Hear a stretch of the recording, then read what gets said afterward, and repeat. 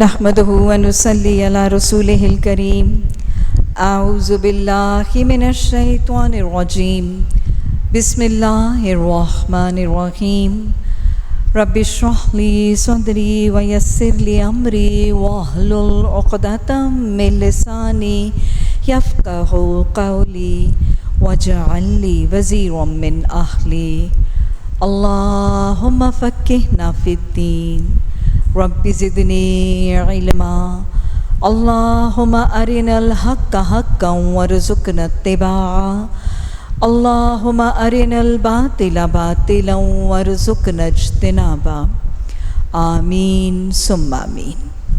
السلام علیکم ورحمۃ اللہ وبرکاتہ۔ تفسیر سورہ الفاتحہ، مکی صورت، 1 رکوع، 7 آیات، ترتیب کے اعتبار سے پہلے نمبر پر اور نزولی اعتبار سے 5ویں نمبر پر آنے والی صورت۔ نزولی اعتبار سے یہ صورت نازل تو 5ویں نمبر پر ہوئی، لیکن یہ وہ قرآن کی صورت ہے جو پہلی مکمل صورت نازل ہوئی۔ اس سے پہلے 4 دفعہ وحی نازل ہوئی، لیکن جتنی دفعہ یہ 4 دفعہ جب وحی آئی تو وہ صورتوں کی کچھ آیات نازل ہوئی۔ سب سے پہلی وحی سورہ العلق کی 5 آیات، پھر سورہ مزمل مدثر، پھر سورہ نون یا جسے سورہ قلم بھی کہتے ہیں۔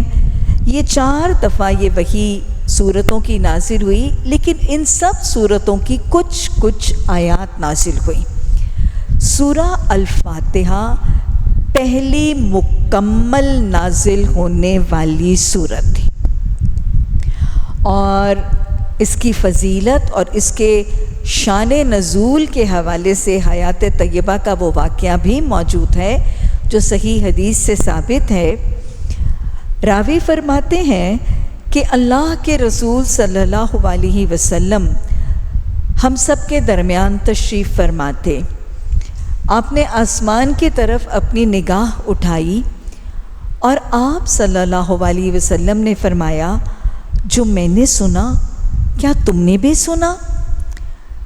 اور پھر آپ نے وضاحت میں فرمایا کہ آج آسمان کا وہ دروازہ کھلا ہے جو آج سے پہلے نہیں کھلا تھا، اور آج آسمان سے فرشتوں کا وہ گروہ اترا ہے جو آج سے پہلے نہیں اترا تھا، اور آج مجھے وہ 2 نور دیے گئے ہیں جو مجھ سے پہلے کسی نبی کو نہیں دیے گئے تھے۔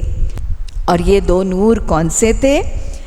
آپ صلی اللہ علیہ وسلم نے فرمایا سورہ الفاتحہ اور سورہ البقرہ کی آخری 2 آیات۔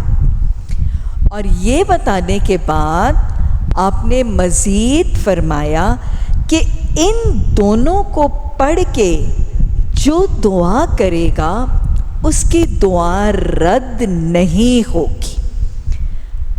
گویا سورہ فاتحہ کا پڑھنا قبولیت دعا کا وسیلہ اور ذریعہ ہے، اور یہی سورہ بقرہ کی آخری 2 آیات کا بھی معاملہ ہے۔ یہ اس سورت کا شان نزول بھی ہے اور اس کی فضیلت بھی ہے۔ سورہ فاتحہ کے کچھ نام، پہلا نام جس کے حوالے سے ہم سب متعارف ہیں اور ہم اس کو اس نام سے بلاتے ہیں، الفاتحہ۔ روٹ ورڈ ہے فاتحہ۔ فاتحہ کا مطلب ہے کسی چیز کو کھولنا، کسی چیز کو کھولنا، کسی چیز کا آغاز کرنا، ٹو اسٹارٹ اور ٹو اوپن سم تھنگ۔ سورہ الفاتحہ قرآن کے مضامین کا آغاز کرنے والی، اللہ کے کلام کو کھولنے والی، اس کو سٹارٹ کرنے والی ہے۔ اور صرف یہی نہیں کہ یہ ہمارے قرآن کا آغاز کرتی ہے اور ابتدا کرتی ہے، بلکہ یہ سورت تو ہماری نماز کا آغاز کرتی ہے، نماز کی ہر رکعت کی ابتدا۔ تو اس حوالے سے اسے الفاتحہ کہا گیا، اور چونکہ یہ قرآن کا آغاز ہے، اس حوالے سے کچھ مفسرین قرآن اسے دیباچہ القرآن بھی کہتے ہیں۔ دیباچہ، جسے انگلش میں ہم پریفس کہتے ہیں، وہ اس کتاب کا ایک تعارف ہوتا ہے جو اس کتاب کے اصل مضامین سے پہلے ایک خلاصے اور تعارف کی شکل میں لکھا جاتا ہے۔ تو سورہ الفاتحہ کو دیباچہ القرآن، پریفس ٹو دا قرآن بھی کہا جاتا ہے۔ سورہ فاتحہ کا ایک اور نام ام الکتاب، مادر آف دا بک، یہ اس کی اہمیت ہے، اس کی فضیلت ہے۔ پھر ایک اور نام سورہ الصلاۃ، سورہ الصلاۃ اس کو اس حوالے سے کہا جاتا ہے کہ نماز کا آغاز، ہر رکعت کا آغاز اسی سورت سے ہے، اور پھر وہ حدیث کے الفاظ لا صلاۃ الا بفاتحہ، کہ سورہ فاتحہ کے بغیر نماز مکمل نہیں ہوتی۔ تو گویا نماز کی تکمیل کے لیے، نماز کی رکعتوں کے آغاز اور ابتدا کے لیے سورہ فاتحہ لازم اور ملزوم ہے۔ تو اس حوالے سے اسے سورہ الصلاۃ کہا جاتا ہے۔ پھر ایک اور نام سورہ الدعاء، سورہ فاتحہ کو سورہ دعا، مفسرین اس کی دو وجوہات بیان کرتے ہیں۔ ایک تو وہ حدیث جو ابھی آپ نے اور میں نے سنی کہ رسول اللہ صلی اللہ علیہ وسلم نے فرمایا کہ اس کو پکار کے جب دعا مانگی جاتی ہے تو دعا رد نہیں ہوتی۔ تو چونکہ یہ سورت قبولیت دعا کا ایک نسخہ ہے، جس دعا سے پہلے سورہ فاتحہ پڑھی جائے گی وہ عرش الہی تک پہنچے گی، اس کے لیے آسمان کے دروازے کھول دیے جائیں گے۔ تو ایک تو اس حوالے سے، اس مناسبت سے اسے سورہ دعا کہا جاتا ہے، اور دوسرا اس حوالے سے اس کا یہ نام کہ اس سورت میں قرآن کے بالکل ابتدا ہی میں اللہ سبحانہ تعالیٰ نے قرآن کے طالب علم، قرآن کے قاری کو دعا مانگنے کا ادب اور سلیقہ سکھایا ہے۔ دعا اللہ کی نعمتوں میں سے ایک بہت بڑی نعمت ہے، and right at the start of Quran Allah سبحانہ تعالیٰ ہمیں دعا مانگنے کا ادب، اس کا سلیقہ سکھا رہے ہیں سورہ فاتحہ میں۔ اور وہ طریقہ کیا ہے؟ اگر آپ سورہ فاتحہ کی آیات کی ترتیب دیکھیں تو پہلے اللہ کی حمد و ثنا ہے، اللہ کی پاکی، اس کی بزرگی، اس کی بڑائی، اس کی شان کا بیان ہے، اس کی حمد و ثنا ہے۔ پھر اللہ کے ساتھ ایک وعدہ، ایاک نعبد و ایاک نستعین، اس کے ساتھ وعدہ ہے، معاہدہ ہے، اس کی اطاعت کا، اس کی بندگی کا قول و قرار ہے، اور پھر اس کے بعد دعا ہے، اہدنا الصراط المستقیم۔ تو کیا دعا مانگنے کا طریقہ اور ادب اور سلیقہ سکھاتی ہے سورہ فاتحہ، کہ جب اپنے خالق سے، اپنے مالک سے، اپنے رازق سے، اپنے رب کے آگے جھولی پھیلاؤ گے، حاجت روائی کرو گے، تو ایک دم سے منہ پھاڑ کے دعا نہیں کرنی ہے، ایک دم سے حاجت روائی نہیں کرنی ہے، ادب کا سلیقہ ہے۔ پہلے اللہ کی حمد و ثنا کرو، اس کی پاکی، بزرگی، بڑائی، شان بیان کرو، اس کے ساتھ کوئی وعدہ، معاہدہ، بندگی، اطاعت کا کرو، اور پھر اپنی حاجت بیان کرو۔ تو اس حوالے سے اس کو سورہ دعا کہا جاتا ہے۔ پھر دہرا لیجئے، ایک تو دعا کے ادب اور سلیقے سکھانے کے حوالے سے، اور دوسرا قبولیت دعا کا وسیلہ بننے کے حوالے سے۔ سورہ فاتحہ کا ایک اور نام سورہ رقیہ، رقیہ کہتے ہیں دم کرنے کو۔ دم کرنے کا تصور قرآن و حدیث سے ثابت ہے۔ آپ صلی اللہ علیہ وسلم قرآن کی آیات سے ایون سورہ فاتحہ سے، سورہ ناس، سورہ فلق، آیت الکرسی اور بھی کچھ قرآن کی آیات اور مسنون دعاؤں سے دم کرتے تھے۔ اور آپ نے صحابہ اکرام کو بھی دم کا طریقہ سکھایا، اور دم کو رقیہ کہا جاتا ہے۔ لیکن یہ بات یاد رکھیے گا، رقیہ صرف قرآن کی آیات اور صحیح مسنون دعاؤں ہی سے کیا جا سکتا ہے۔ اس کے علاوہ کسی بڑے سے بڑے عالم، مفتی، کسی بڑے سے بڑے اولیاء اللہ یا پیر کے الفاظ سے دم کا تصور درست نہیں ہے۔ نبی صلی اللہ علیہ وسلم کے پاس صحابہ اکرام رقیہ کے حوالے سے آتے تھے اور اجازت مانگتے تھے، تو آپ صلی اللہ علیہ وسلم نے فرمایا کہ اپنا دم، یعنی جس چیز کے ساتھ دم کر رہے ہو، جس کلام کے ساتھ دم کر رہے ہو، وہ میرے سامنے پیش کرو۔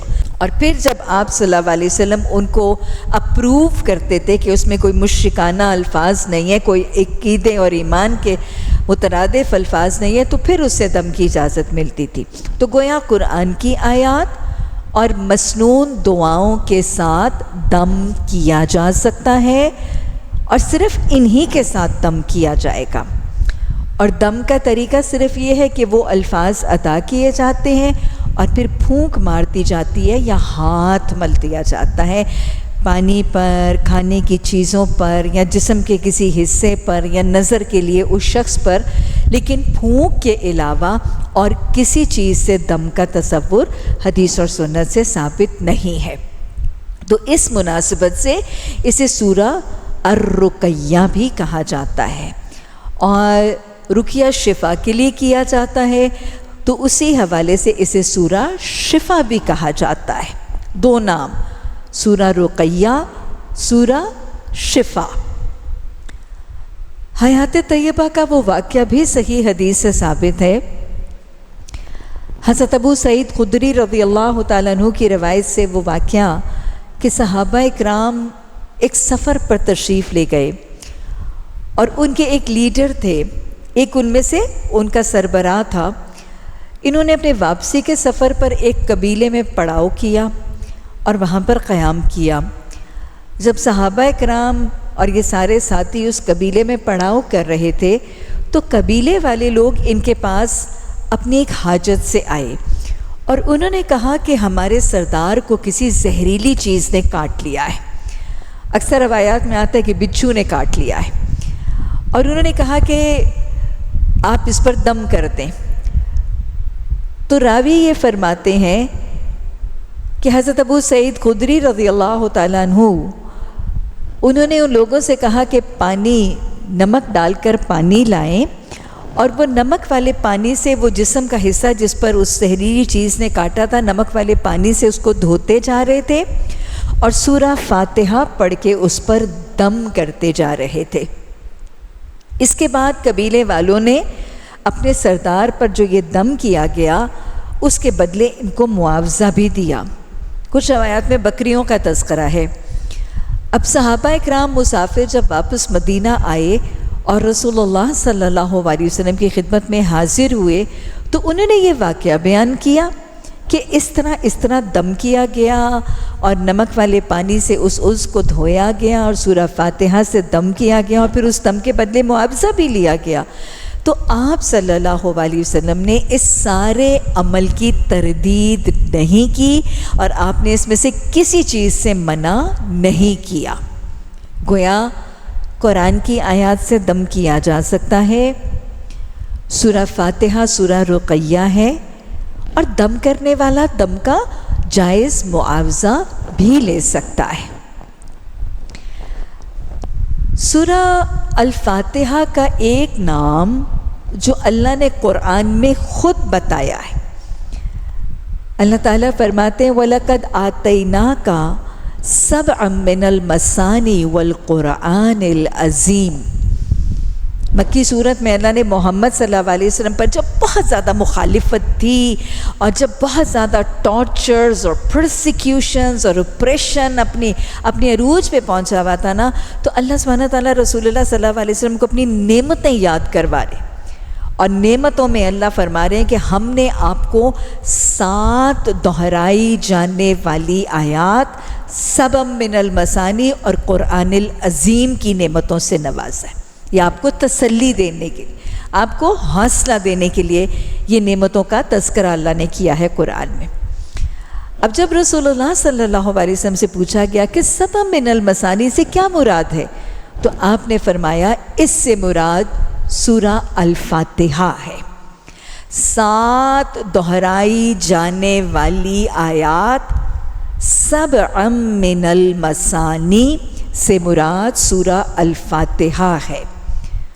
کیوں؟ کیونکہ یہ بار بار دہرائی جاتی ہیں۔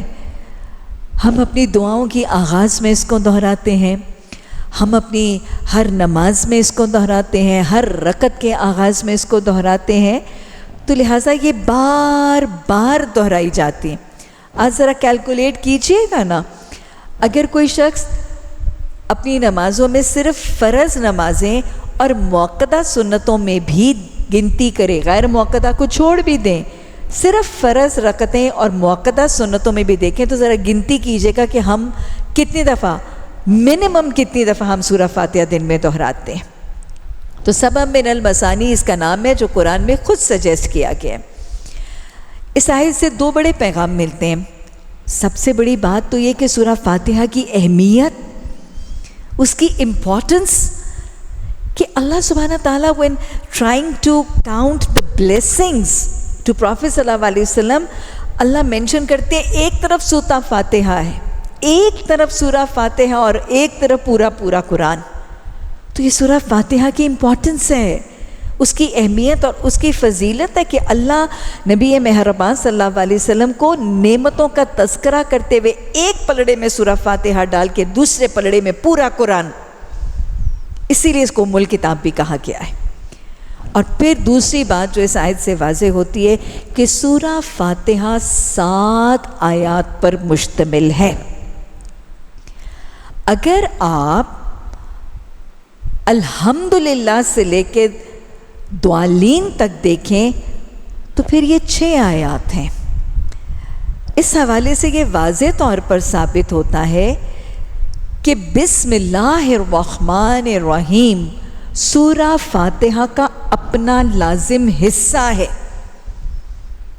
اور یہ چیز اس کو باقی صورتوں سے ممتاز اور ڈفرینشیٹ کرتی ہے۔ تلاوت قرآن کے آداب کے حوالے سے باقی صورتوں کے ابتداء میں اور تلاوت کے ابتداء میں ہم تسمیہ اور بسم اللہ تو پڑھتے ہیں، لیکن وہ اس صورت کا لازم حصہ نہیں ہوتا، وہ آداب تلاوت کے حوالے سے بسم اللہ پڑھی جاتی ہے۔ لیکن سورہ فاتحہ سے پہلے جو بسم اللہ پڑھی جاتی ہے وہ صرف آداب تلاوت یا مسنون طریقے کے مطابق نہیں ہے، یہ بسم اللہ سورہ فاتحہ کا لازم حصہ ہے۔ اور اگر سورہ فاتحہ سے پہلے بسم اللہ نہیں پڑھی گئی تو پھر سورہ فاتحہ مکمل نہیں ہوگی، اور اگر سورہ فاتحہ مکمل نہیں ہوئی تو پھر نماز مکمل نہیں ہوگی۔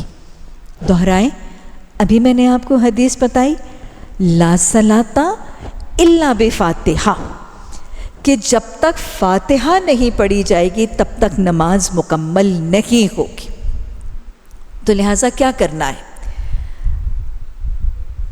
اس میں نماز کے دوران سورہ فاتحہ کی تلاوت کے حوالے سے ادب سکھائے اور سمجھائے جا رہے ہیں۔ سب سے پہلی بات تو یہ کہ جب ہم اپنی فرداً تنہا نماز پڑھتے ہیں، مرد سنت رکعتیں الگ پڑھتے ہیں اور فرض کو جماعت پہ پڑھتے ہیں، اور ہم اگر با جماعت نہیں پڑھتے اور ہم الگ نماز پڑھتے ہیں، تو ساری سورہ فاتحہ بسم اللہ کے ساتھ ہمیں ادا کرنی ہے۔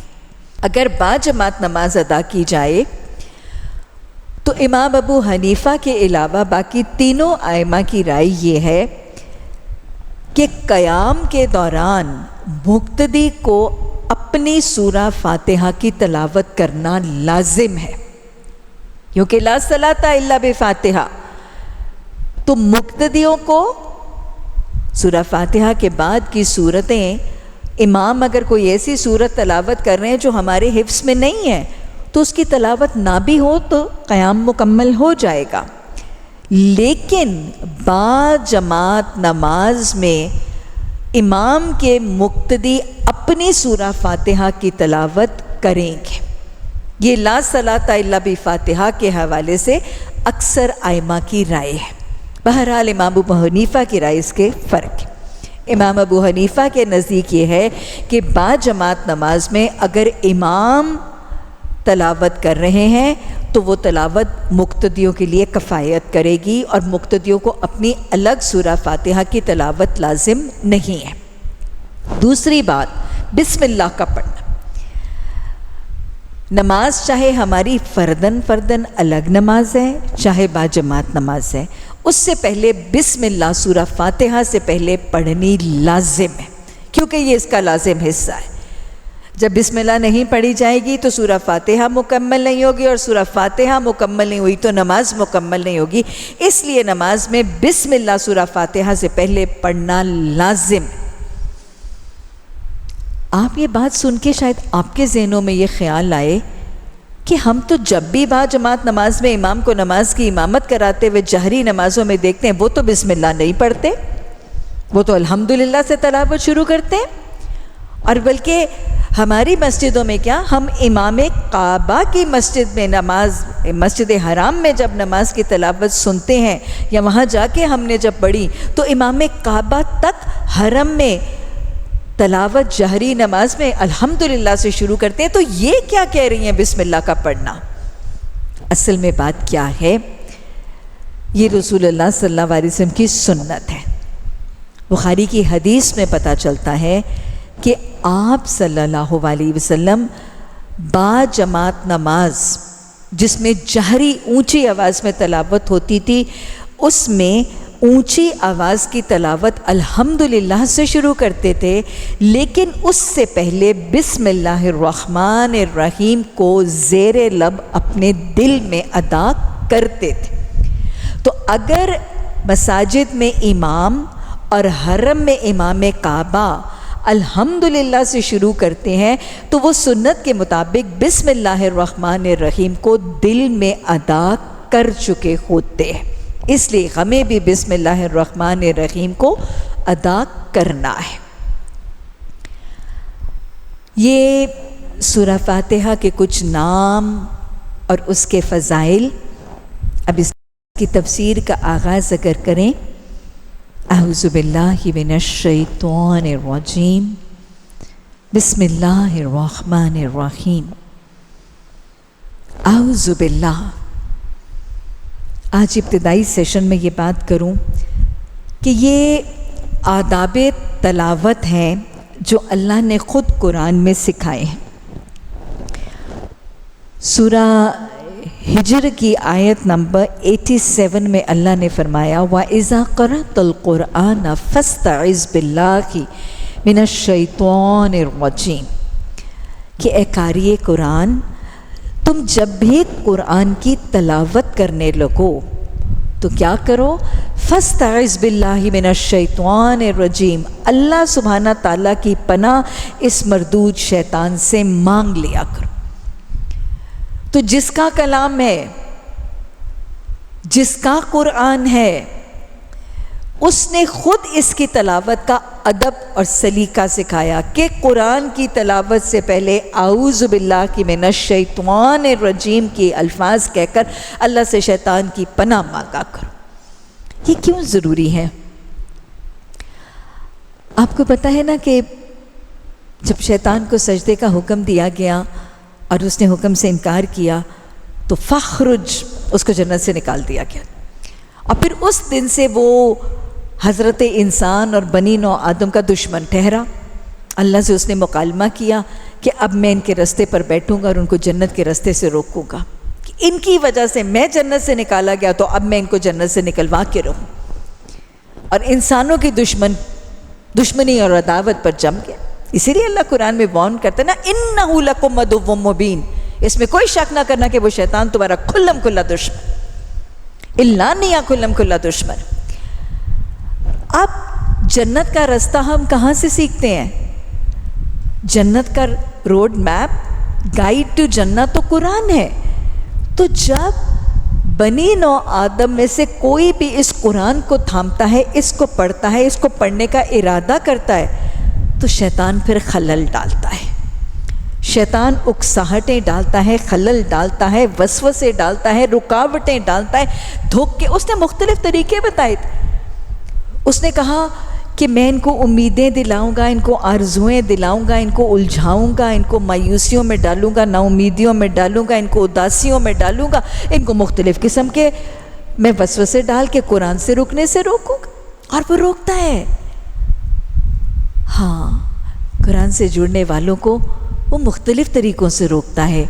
اور میں آپ کو بتاؤں، اس کے چیلے ہیں، اس کا ایک مافیا، ایک نیٹ ورک ہے. اور جتنا بڑا صاحب ایمان ہونا، وہ اتنا بڑا چیلا اس پر مسلط کرتا ہے. یہ اس کا طریقہ ہے.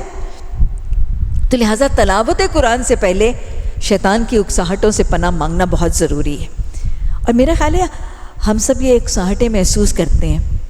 ہوتا ہے نا، ایک خاتون قرآن کی محفل میں تعلق بالقرآن اور قرآن الفجر کی اہمیت کو محسوس کرتی ہے، اور وہ ارادہ کرتی ہے اچھا بس بہت سستی ہو گئی، بہت کاہلی ہو گئی، بہت قرآن سے دوری ہو گئی، اب کل سے نہ میں نے فجر کے قرآن کا اہتمام ضرور کرنا ہے. یہ اس وقت خناس شیطان دل میں آ کے وسوسہ ڈالتا ہے. اچھا ہاں ضرور ہی کر لینا، شوگر کوٹڈ حملے ہیں نا اس کے. وہ دل میں وسوسہ ڈالتا ہے، کل تو تمہارے گھر اتنا بڑا لنچ ہے، کل تو تمہارے گھر کمیٹی پارٹی ہے، کل تو تمہاری میٹنگ ہے، سیمینار ہے، کانفرنس ہے، کل تو تمہارے بچے کا امتحان ہے. اچھا کل سے نہ کرو، پرسوں سے کر لو، آج کا کام کل. بہت دفعہ شیطان ایسے کرتا ہے. اب اگر وہ ذرا مضبوط ایمان کی ہے اور پختہ ہو گئی ہے اور ثابت قدمی سے جم گئی ہے، اور وہ صبح اٹھ کے قرآن لے کے بیٹھ ہی جاتی ہے، تو اب تو اس کو شیطان کو بالکل ایک آنکھ نہیں بھاتا. اب وہ اگلے وسوسے شروع کر دیتا ہے.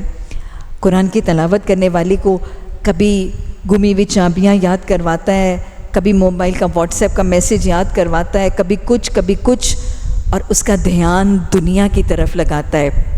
وہ تلاوت قرآن کے ایک ایک ورڈ کے اوپر 10 نیکیاں کمانے بیٹھی ہے. یہ تو اس کو ہضم ہی نہیں ہوتا نا کہ اس کے نیکیوں کا پلڑا بھاری ہو جائے گا اور یہ جنت میں داخل ہو جائے گی. وہ اس کو دنیا کی یادیں، دنیا کی اکساہٹیں، تاکہ یہ کم توجہ لگا کے قرآن کی تلاوت کرے اور زیر زبر اعراب کی غلطی کرے، نیکی برباد گناہ لازم.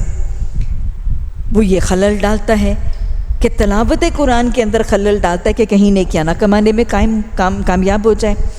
اگر وہ شخص اتنا مضبوط ایمان کا ہے کہ وہ اس کی اس اکساہٹ میں نہیں آتا، نہ رات والی اکساہٹ میں آیا نہ اس میں آیا، اور پورے دھیان سے خشوع خضوع کے ساتھ کانسنٹریشن سے وہ تلاوت کرتا ہے، تو شیطان اگلا وسوسہ ڈالنے لگتا ہے. یہ وسوسہ تو اس نے شاید ہمارے معاشرے کے 90% لوگوں کے دلوں میں ڈالا ہوا ہے. قرآن پڑھنے والوں کے، باقی نہ پڑھنے والوں کو تو اس نے پہلی تھپکی دے دی ہوئی ہے کہ اب تم نے عربی پڑھ لی ہے نا، اب تم نے عربک ٹیکسٹ پڑھ لیا، ثواب تو اسی کے پڑھنے پر تھا، نیکی تو اسی کے پڑھنے پر تھی، تم نے نیکیاں تو کما لی ہیں، اب کہیں ترجمہ نہ پڑھنے بیٹھ جانا، اب کہیں ترجمہ نہ پڑھنے بیٹھ جانا. اور میں آپ کو بتاؤں، شیطان کے اس حملے پر اور شیطان کی اس اکساہٹ کا شکار ہمارے معاشرے کے 90% لوگ ہیں. اگر ہم اپنے ارد گرد نگاہ گھما کے دیکھیں تو ہمارے لوگ کتنے لوگ ہیں ان پڑھ تو ویسے ہی کچھ نہیں پڑھتے، پڑھے لکھوں میں سے بھی قرآن کی تلاوت بہت تھوڑے کرتے ہیں، اور جو قرآن کی تلاوت کرتے ہیں ان میں سے بھی 90% بلکہ 95% لوگ وہ ہیں جو صرف ناظرہ قرآن پڑھ کے بند کر کے اٹھ جاتے. آٹے میں نمک کے برابر وہ لوگ ہیں جو ناظرہ قرآن پڑھنے کے بعد اس کا لٹرل ٹرانسلیشن پڑھتے. یہ کس کے حملوں سے ہو رہا ہے؟ یہ شیطان کے وسوسوں اور اکساہٹوں سے اور عدو مبین کے حملوں سے ہو رہا ہے. اس لیے اس سے پناہ مانگ. اب اگر کوئی بڑی صاحب ایمان ہے اور وہ اس کے اس حملے سے بھی بچ جاتی ہے اور کہتی ہے نہیں میں نے تو ترجمہ بھی پڑھنا ہے، کیونکہ میں نے قرآن کلاس میں یہ سنا تھا کہ ہمیں بتایا گیا تھا کہ صرف عربی نہیں پڑھنی، تمہیں سمجھ نہیں آتی ترجمہ پڑھو تاکہ پیغام سمجھ آئے، اور وہ ترجمہ پڑھنے بیٹھ جاتی ہے، تو اب تو شیطان کو وہ ہضم ہی نہیں ہو رہی. اب پھر وہ اکساہٹیں ڈالتا ہے، اب وہ وسوسے ڈالتا ہے، اور اسے کہتے ہیں بس ترجمہ پڑھ لیا نا، اب کہیں تفسیر نہ کھنگالنے لگ پڑنا، اب تفسیر نہ کھنگالنے لگ پڑنا. اور تفسیر نہ کھنگالنے کے خلاف وہ اپنی توجیحات دلوں میں ڈالتا ہے۔ تم نے کون سے کوئی عالمہ بننا ہے؟ تم نے کون سے کوئی مفتیاں بننا ہے؟ تم نے کون سی کوئی دعوت دینی ہے؟ پڑھ لیا نا ترجمہ، مطلب سمجھ آ گیا نا، اب تفسیر میں کیا رکھا ہے؟ اور پھر دوسری بات، پتہ نہیں یہ کس مسلک کی تفسیر ہے، یہ کس فرقے کی تفسیر ہے، اس کو سنو گی پتہ نہیں تمہارے ایمان اور عقیدوں میں کوئی بگاڑی تو نہیں پیدا ہو جائے گا، اور پتہ نہیں تمہیں سمجھ بھی آئے گی کہ نہیں آئے گی، تو وہ تفسیر پڑھنے سے روکتا ہے۔ اب اگر کوئی بڑے پختہ ایمان والا ہے، اس نے تلاوت بھی کر لی، ترجمہ بھی پڑھ لیا، اس رکوع کی تفسیر بھی پڑھ لی، تو پھر تو شیطان اپنا سب سے بڑا چیلا اس کے اوپر بھیجتا ہے اور مسلط کرتا ہے اور اسے سمجھاتا ہے، دیکھ تو نے سارے ہی اچھے کام کر لیے ہیں، تو بڑی نیک ہے، اس کی نیکیاں بلو اپ کر کے دکھا۔ تو فجر کے وقت تیری برادری کی برادری، تیری کزنز، تیری رشتہ داریں، تیرے گھرانے والے سارے نیند میں سوئے اور تو بیٹھ کے قرآن پڑھ رہی، تو بڑی نیک، تو نے ترجمہ بھی پڑھ لیا، تفسیر بھی پڑھ لی ہے، اب چل یہ جو اس میں پڑھا ہے نا، اس پر کہیں عمل نہ کرنے لگ پڑنا، اس پر کہیں عمل نہ کرنے لگ پڑنا۔ یہ جو اللہ نے تجھے آج بتایا ہے کہ تو پردہ کر لے، تو نقاب کر لے، تو سود چھوڑ دے، اب ایسی نہ بن جانا، ایسی بنے گی تو تجھے بڑے نقصان ہو جائیں گے، تجھے بڑے فائدے، تو بڑے فائدوں سے محروم ہو جائے گی، اور پھر وہ حملے کرتے۔ اب سمجھ آیا کہ نہیں؟ اس لیے وہ رب جو حکیم ہے، وہ رب جس کا یہ قرآن الحکیم ہے، اس کو پتہ ہے، اس کو شیطان عدو مبین کی ساری چالوں کا، سارے حملوں کا پتہ ہے، اس لیے اس نے کہہ دیا اس کے جڑنے سے پہلے، اس کے پڑھنے سے پہلے، اس کو تھامنے سے پہلے اعوذ باللہ مانگ کے اس رب کی پناہ مانگ لیا، تاکہ اس کی اکساہٹوں اور اس کے حملوں اور اس کے وسوسوں سے بچ جاؤ۔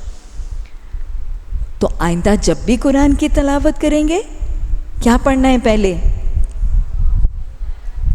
اور کیسے پڑھنا ہے؟ اعوذ باللہ من الشیطان الرجیم دعا ہے، اللہ سے پناہ کی دعا ہے، اور میں آپ کو بتاؤں غافل دل کی دعا قبول نہیں ہوتی۔ ہم بہت دفعہ تلاوت قرآن سے پہلے اعوذ باللہ بھی پڑھتے ہیں، بسم اللہ بھی پڑھتے ہیں، لیکن انداز یہ ہوتا ہے اپنا قرآن کھول رہے ہیں اور دل کہیں اور ہے، دماغ کہیں اور ہے، اعوذ باللہ من الشیطان، نہیں، قرآن کھول لیں، جہاں سے تلاوت شروع کرنی ہے اطمینان سے کھول کے بیٹھ جائیں، اور پھر کانشیسلی اعوذ باللہ من الشیطان الرجیم، کانشیسلی یہ ورڈز اٹر کریں کہ اللہ میں اس مردود رجیم شیطان سے تیری پناہ مانگتی۔ انشاءاللہ دل غافل نہیں ہوگا اور جلد بازی میں دعا نہیں ہوگی تو دعا قبول ہوگی، اور انشاءاللہ تلاوت قرآن سے ہم بہترین خزانے ضرور سمیٹیں گے۔ تو یہ پہلا ادب ہے تلاوت قرآن کا۔ بسم اللہ الرحمن الرحیم، سورہ فاتحہ کا تو یہ لازم جزو ہے، لیکن عام تلاوت سے پہلے بھی بسم اللہ پڑھنا نبی صلی اللہ علیہ وسلم کی سنت سے ثابت ہے، اور ویسے بھی حدیث کے الفاظ ہیں تسمیہ کے حوالے سے کہ جس کام سے پہلے بسم اللہ نہیں پڑھی جاتی اس کام سے برکت اٹھ جاتی ہے۔ تو ہم اپنی تلاوت قرآن اور اپنے تعلق بالقرآن میں تو برکت چاہتے ہیں نا، کہ ہمارے ایمان میں برکت ہو، ہمارے عمل میں برکت ہو، ہمارے اوقات میں برکتیں ہوں تعلق بالقرآن سے، تو اپنے اس تعلق بالقرآن کی برکت کے لیے ہمیں شروع میں بسم اللہ پڑھنی ہے۔ اور بسم اللہ تو ہر عمل سے پہلے پڑھتے ہیں نا، ہر کام کو کرنے سے پہلے بسم اللہ پڑھتے ہیں، اور کھانے سے پہلے بھی بسم اللہ پڑھتے ہیں، ایسے ہے کہ نہیں؟ کھانا کھانے سے پہلے کے آداب میں ایک ادب کیا ہے؟ اونچی آواز میں بسم اللہ پڑھنا۔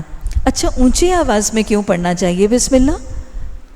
تاکہ اگر محفل میں دسترخوان میں کچھ باقیوں کو بسم اللہ بھول گیا ہے پڑھنا تو ان کو یاد آ جائے، اور اگر کوئی بڑا پڑھتا ہے تو بچوں کی تربیت اور ٹریننگ کا ذریعہ بن جائے، اور اگر کوئی بسم اللہ شروع میں کہنا بھول گیا ہے تو نبی صلی اللہ علیہ وسلم نے ہمیں پھر ایک اور دعا سکھائی، بسم اللہ اولہ و آخرہ، درمیان میں یاد آ گیا اوہو میں نے تو بسم اللہ نہیں پڑھی، تو پھر یہ دعا، اور یہ بھی کیسے پڑھنی ہے؟ یہ بھی اونچی پڑھیں، بیکاز اگر کسی اور نے مس کیا ہے تو وہ بھی پڑھ لے، اور جس کو یاد نہیں ہے اس کو بھی یاد آ جائے۔ اور حدیث میں ویسے بھی الفاظ ہیں کہ جب دو چیزوں میں کھانا اگر کوئی کھائے تو اس کے کھانے میں شیطان شامل ہو جاتا ہے. کب؟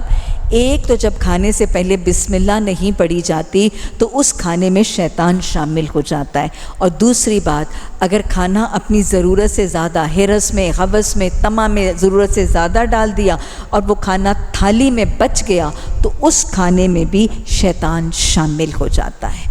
اعوذ باللہ من الشیطان الرجیم. بسم اللہ الرحمن الرحیم. الحمدللہ. الحمدللہ کا کلمہ بہت اہم کلمہ ہے، بہت افتتاحی کلمہ ہے. 5 سورتوں کا آغاز الحمدللہ کے کلمے سے. 7 surahs of Quran they start with الحمدللہ. ہماری نماز کا آغاز، ہمارے صبح جاگنے کے بعد کی دعا الحمدللہ الذی احیانا بعد ماتنا. ہماری ملاقاتوں میں سلام کے بعد کیا حال ہے؟ الحمدللہ. ہماری دعاؤں کا آغاز، نماز کے بعد ہماری تسبیحات کا آغاز. اور میں آپ کو بتاؤں، جو مسنون خطبہ نکاح ہے نا، اس کا آغاز بھی الحمدللہ کے ساتھ. تو یہ وہ کلمہ ہے جو بہت سی چیزوں کا آغاز اس سے ہوتا ہے، بہت اہمیت کا حامل ہے. ترجمہ ہے سب تعریفیں اللہ کے لیے ہیں. الحمدللہ کا کلمہ جو بھی پکارتا ہے یہ اس کی 4 چیزوں کی تربیت کا ذریعہ بن جاتا ہے. It suggests 4 things to the person who is saying الحمدللہ. ہم الحمدللہ کی تسبیح کریں یا سورہ فاتحہ میں پڑھیں یا جہاں پہ بھی پڑھیں، پڑھنے کے بعد ہمیں اپنا محاسبہ کرنا ہے. نماز کے بعد ہم الحمدللہ الحمدللہ تو 11 دفعہ یا 33 دفعہ الحمدللہ کہنے کے بعد کنٹینٹ نہیں، اپنا محاسبہ کرنا ہے کہ میں اتنی دفعہ الحمدللہ تو کہہ رہی ہوں، لیکن کیا میں نے وہ 4 تربیتیں بھی حاصل کی ہیں؟ وہ 4 چیزیں اپنے اخلاق کے زیورات بنائے ہیں کہ نہیں؟ اور یہ 4 تربیتیں کیا ہیں؟ نمبر 1، الحمدللہ سب تعریفیں اللہ کی ہیں، تو پھر تم بھی کیا کرو؟ اللہ کی تعریف کرو، اللہ کی حمد و ثنا کرو، اس کی پاکی بزرگی بڑائی شان بیان کرو. یہ ریمائنڈر ہے ذکر الہی کا. سب تعریفیں اللہ کی ہیں تو پھر تم کیا کرو؟ تم بھی اس کا ذکر کرو. پہلی تربیت جو الحمدللہ کرتا ہے، پہلا ریمائنڈر جو الحمدللہ کہنے والے کو دیتا ہے، اپنی زبان کو ذاکر زبان بناؤ. دل میں اللہ کی یاد اور زبان پر اللہ کا نام جاری رکھو. یہ پہلی تربیت اور پہلا ریمائنڈر ہے الحمدللہ. دوسری چیز، بہت دفعہ ہمیں کوئی نعمت ملتی ہے، کوئی ترقی ملتی ہے اور کوئی ہماری کسی چیز کی تعریف کرتا ہے. تمہارے کپڑے بڑے خوبصورت ہیں، تمہاری نئی گاڑی بہت زبردست ہے، تمہارا گھر بہت بہت میگنیفیسنٹ گھر ہے تمہارا. کیا کہتے ہیں ہم؟ کیا کہتے ہیں ہم؟ الحمدللہ. تو یہ الحمدللہ شکر کی تربیت، شکر کی تربیت کرتا ہے. کسی نعمت کے ملنے پر، کسی کامیابی، کسی سکسیس، کسی اچیومنٹ، کسی ترقی پر الحمدللہ کا کہنا یہ شکر کی تربیت ہے. Gratitude to Allah, counting your blessings, being grateful to Allah. دوسری تربیت شکر کی. تیسری تربیت، آپ کو کبھی بیماری کی حالت میں کوئی آپ کا حال پوچھے، اب طبیعت کیسی ہے؟ ہم کیا کہتے ہیں؟ الحمدللہ. یہ کیا ہے؟ صبر کی تربیت. تو الحمدللہ پکارنے والے کو جو ریمائنڈر دیتا ہے، third reminder to the reciter of الحمدللہ، صبر، patience for the sake of Allah, patience for the sake of obedience of Allah. صبر کی تربیت. پھر بہت دفعہ وہی بات کہ جب ہماری کوئی کسی اچھی چیز کا تذکرہ کرتا ہے، بھائی تمہارا بیٹا تو بہت لائق ہے، تمہارے بیٹے کے تو اسٹریٹ ایز آئے ہیں، تو ہم کیا کہتے ہیں؟ میرے بیٹے کے اسٹریٹ ایز آئے ہیں، میں سمجھداری بڑی ہوں، میں سیانی بڑی ہوں، میں نے اپنے بیٹے کے ساتھ ورک آؤٹ ہی بہت کی ہے، محنت ہی بہت کی ہے، میں نے پاپڑ ہی بڑے بیلے ہیں، مائیں سوئی بھی ہوتی تھی، دوپہر کو میں ٹیوشن سینٹروں میں کھپری ہوتی تھی. نہیں، ہم کیا کہتے ہیں؟ الحمدللہ میرا کمال نہیں ہے، میرا کمال نہیں ہے کہ میرا بیٹا لائق ہے، میرا کمال نہیں ہے کہ میرا گھر بہت خوبصورت سجا ہوا ہے، کہ میں ہوں ہی بڑی ٹیسٹ فل، میں ہوں ہی بڑی ریفائنڈ، میں ہوں ہی بڑی سیانی اور سمجھدار. نہیں، الحمدللہ یہ اللہ کی دین ہے، یہ اللہ کی مہربانی ہے. میں اپنی قوت بازو پر، میں اپنے زور بازو پر نہ اکڑتی ہوں، نہ اتراتی ہوں، نہ فخر کرتی ہوں، نہ غرور کرتی ہوں. الحمدللہ تربیت کرتا ہے تکبر کی نفی کی، نیگیشن آف ایروگنس. کوئی اکڑ ہے ہی نہیں، کوئی گھمنڈ ہے ہی نہیں، کوئی غرور ہے ہی نہیں، نہ فخر ہے، نہ اکڑنا ہے، نہ اترانا ہے. الحمدللہ شکر تو اللہ کا ہے جس نے مجھے حالات دیے، واقعات دیے، معاملات دیے، اسباب دیے. میرا کیا کمال ہے؟ میرا چہرہ حسین الحمدللہ، میری زلفیں حسین الحمدللہ، میری کوٹھی بڑی الحمدللہ، میرا بیٹا لائق الحمدللہ، میری اولاد فرما بردار الحمدللہ. سمجھ میں آ گیا؟ چوتھی تربیت تکبر کی نفی، تکبر کو نکال دینا ہے. وہ جس کا رائی بھر بھی اگر دل میں ہوا تو وہ جنت میں داخل نہیں ہوگا. 4 تربیتیں دہرا لیجئے. قرآن کا افتتاحی کلمہ الحمدللہ. 4 ریمائنڈرز، 4 تربیتیں. پکارنے کے بعد سوچا کریں اتنا الحمدللہ الحمدللہ الحمدللہ کہتی ہوں، زبان ذاکر ہے کہ نہیں، دل شاکر بھی ہے کہ نہیں.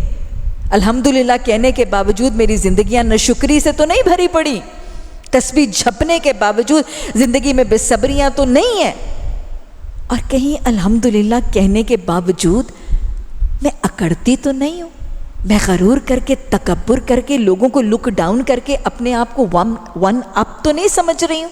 کہ 4 تربیت. اور یہ 4 چیزیں میں ہمیشہ کہتی ہوں کہ مجھے ایسے لگتا ہے کہ یہ جنت کی سیڑھی کے پہلے 4 زینے ہیں. 4 steps to جنہ. اور آپ کو پتہ ہے 4 زینے چھوڑ کے کوئی 5ویں زینے پر پہنچ نہیں سکتا ہے نا. تو اس لیے یہ 4 زینے طے کرنا بہت ضروری ہیں. کون سے؟ ذکر، شکر، صبر اور تکبر کی نفی. اور پھر یہ وہی ہیں جن کے لیے نبی صلی اللہ علیہ وسلم سے جب پوچھا گیا کہ جمع کرنے کے لائق کون سی چیزیں ہیں، انشاءاللہ وضاحت سے یہ حدیث آگے آئے گی کہ جمع کرنے کے لائق کون سی چیزیں ہیں، تو آپ نے فرمایا 3 چیزیں جمع کیے جانے کے لائق ہیں: ذکر کرنے والی زبان، شکر کرنے والا دل اور صبر کرنے والا جسم.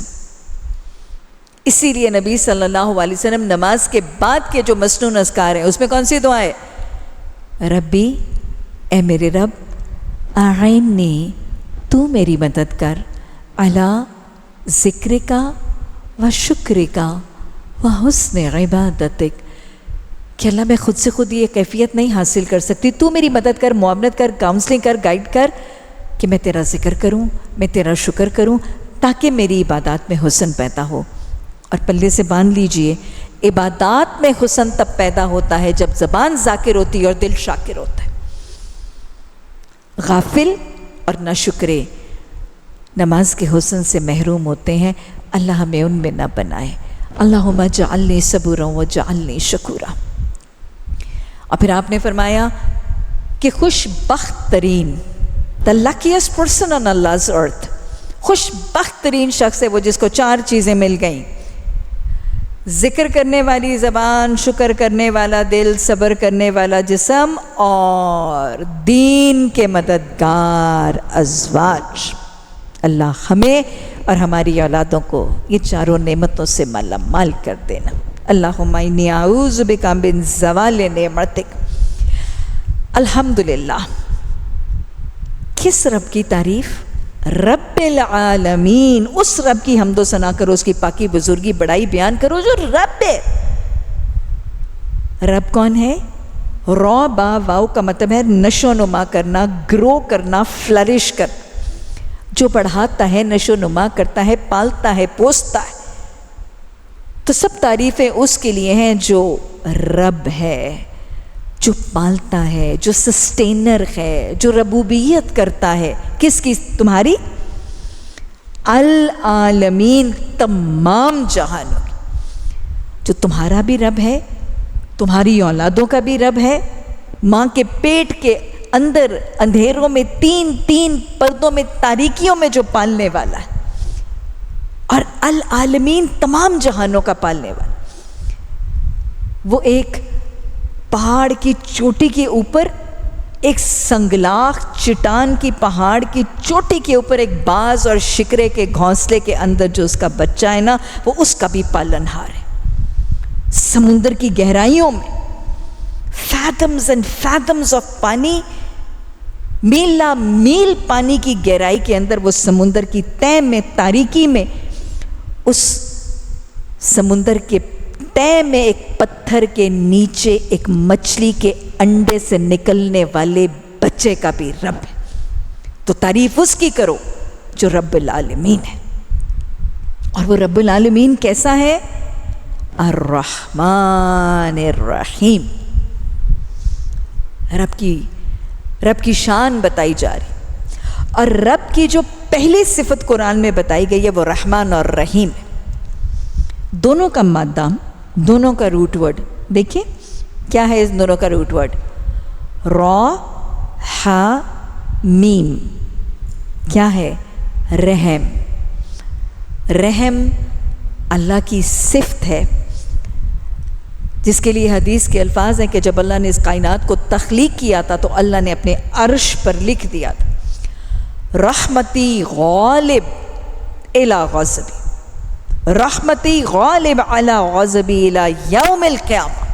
قیامت تک میری رحمت میرے غضب پر غالب رہے گی. اور یہ اس کی رحمت ہے، یہ اس کی رحمت کی صفات ہیں کہ وہ رحمان ہے اور رحیم. اللہ کی رحم کی صفات کے لیے یہ دو الفاظ استعمال کیے گئے، بسم اللہ الرحمن الرحیم میں بھی اور سورہ فاتحہ میں. دو الفاظ کیوں؟ صرف رحمان، صرف رحیم could have been sufficient. صرف یہ بھی تو ہو سکتا تھا کہ صرف رحمان لکھ دیا جاتا، صرف رحیم لکھ دیا جاتا. دو الفاظ کیوں؟ یہ دونوں صفاتی نام ہیں، دونوں ایڈجیکٹیوز ہیں جو اللہ کی صفات کو بیان کر رہے ہیں. تو دو ایڈجیکٹیوز اور دو صفاتی نام کیوں؟ پہلی وجہ،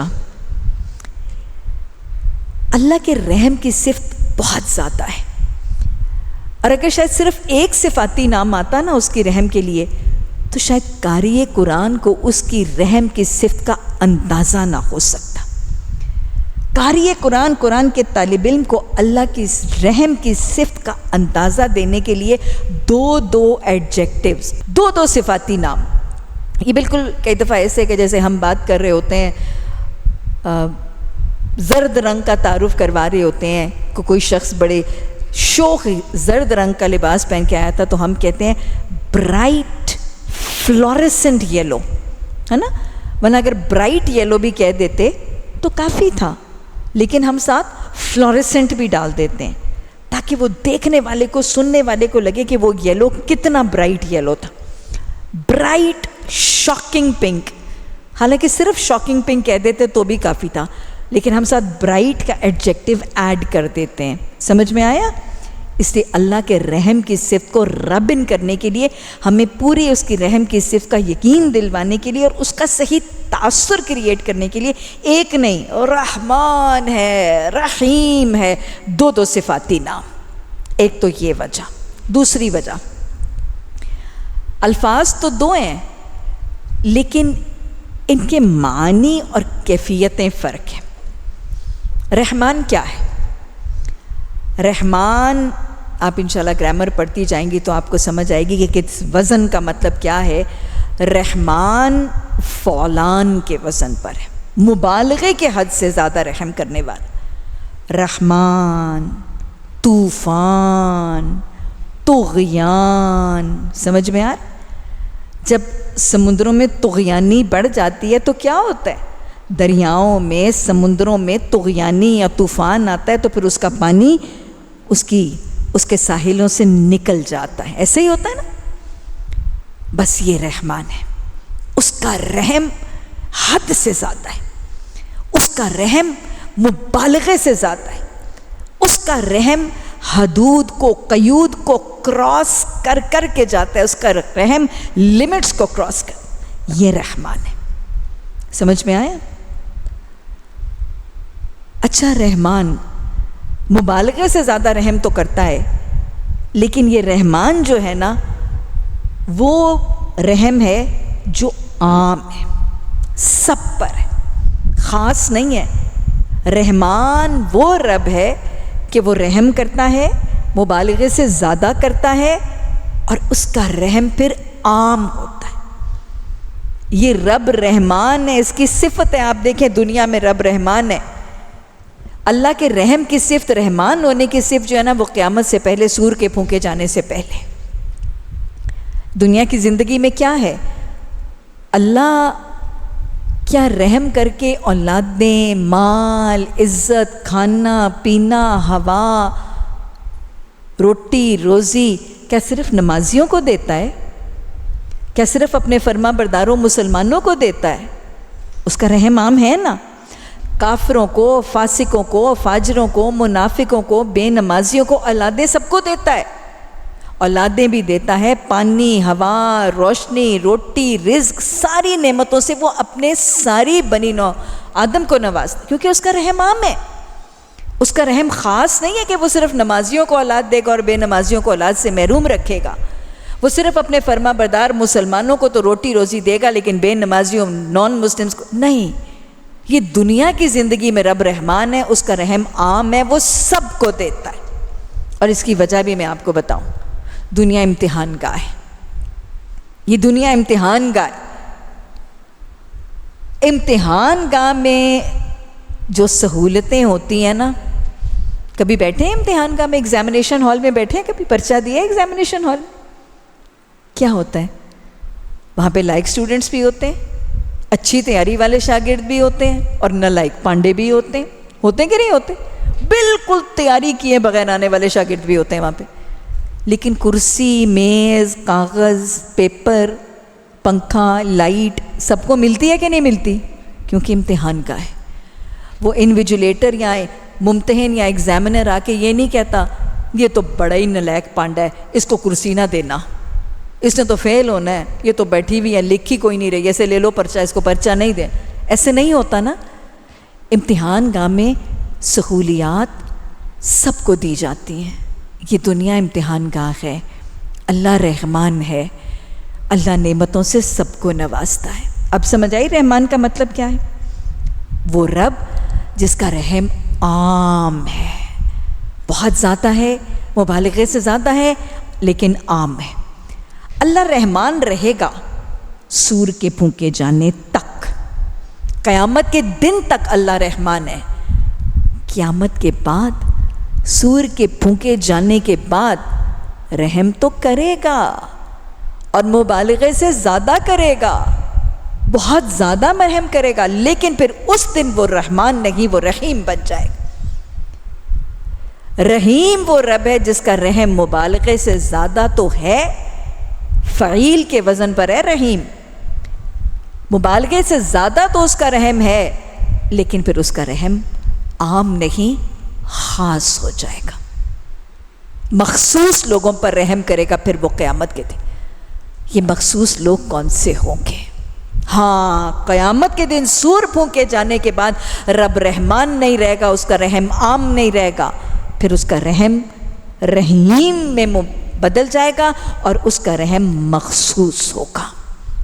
قیامت کے دن پھر وہ رحیم رحم کرے گا صرف ان لوگوں پر، مہربان ہوگا تو صرف ان لوگوں پر جو دنیا کی زندگی میں رحمان کی نعمتیں لیتے تھے، رحمان کی نعمتیں استعمال کرتے تھے، اور پھر بندے شیطان کے نہیں، بندے رحمان کے بن کے رہتے تھے.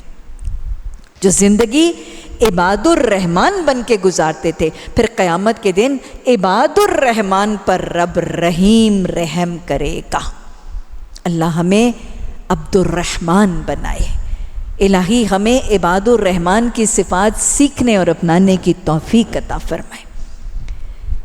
عباد الرحمن کی بڑی پیاری صفات سورہ فرقان میں انشاءاللہ ہم مل کر پڑھیں گے۔ مجھے بہت پیاری لگتی ہیں وہ آیات اور بہت خوبصورت ہے وہ آیت، وہ رکوع سورہ فرقان کا، عباد الرحمن الذین یمشون علی الارض ہونا۔ عباد الرحمن کی پہلی صفت یہ ہے کہ زمین پر جب چلتے ہیں نا تو اکڑ کے نہیں چلتے، تکبر نہیں کرتے، اللہ کی کبریائی اور بڑائی ان کے دلوں میں سمائی ہے، عاجزی کرتے ہیں، نرم چال چلتے ہیں۔ اللہ ہمیں تکبر سے بچا، الحمدللہ کہہ کر تکبر کی نفی کرنے کی توفیق عطا فرما۔ رحمان اور رحیم کے دو مطلب پتہ چل گئے کیوں ہیں؟ تیسری بات، کیفیت فرق ہے۔ رحیم وہ رب ہے جو دعا مانگنے سے خوش ہوتا ہے، ہم جھولی پھیلائیں، حاجت بیان کریں، وہ رحیم ہے، وہ خوش ہوتا ہے کہ مجھ سے مانگ رہا ہے میرا بندہ۔ اور رحمان وہ ہے جو نہ مانگنے سے ناراض ہو جاتا ہے۔ میں کہتا ہوں مجھ سے مانگو، ادعوا ربکم کہتا ہوں، اجیب دعوت داعی اذا دعانی بتاتا ہوں، لیکن یہ مجھ سے مانگتے نہیں ہیں، جھولی پھیلاتے نہیں ہیں۔ وہ رحمان ہے، وہ نہ مانگنے سے ناراض ہو جاتا۔ اب فرق پتہ چل گیا؟ یہ کچھ فرق ہے رحمان اور رحیم کے، اس لیے اللہ کے رحم کی صفت کے لیے ایک لفظ نہیں، یہ دونوں الفاظ جو ہیں وہ بیان کیے گئے۔ آگے اللہ نے فرمایا کہ میں رحمان اور رحیم تو ہوں، لیکن میرے رحم پر اتنا تکیہ لگا کے بھی نہ بیٹھ جانا، یہ بھی یاد رکھنا مالک یوم الدین بھی ہوں، تمہارے سب سے بڑے دن، تمہارے سب سے بڑے امتحان اور تمہارے اٹرنل رزلٹ والے امتحان کا مالک بھی ہوں۔ اللہ اپنی پہچان کروا رہے ہیں، ایاک نعبد و ایاک نستعین۔ اللہ کی حمد و ثنا، اس کی بزرگی، اس کی پاکی، اس کی بڑائی، اس کی شان بیان کرنے کے بعد پھر اس سے قول و قرار ہو رہا ہے۔ دعا کا طریقہ پتہ چل رہا ہے؟ ایاک نعبد، ابتدائی سیشنز ہیں اس لیے میں کچھ الفاظ کو زیادہ ڈیٹیل سے سمجھاؤں گی، اور پھر جب ڈیٹیل ایک دفعہ سمجھ آئے گی تو پھر ہم ان کو بار بار ریپیٹ نہیں کریں گے۔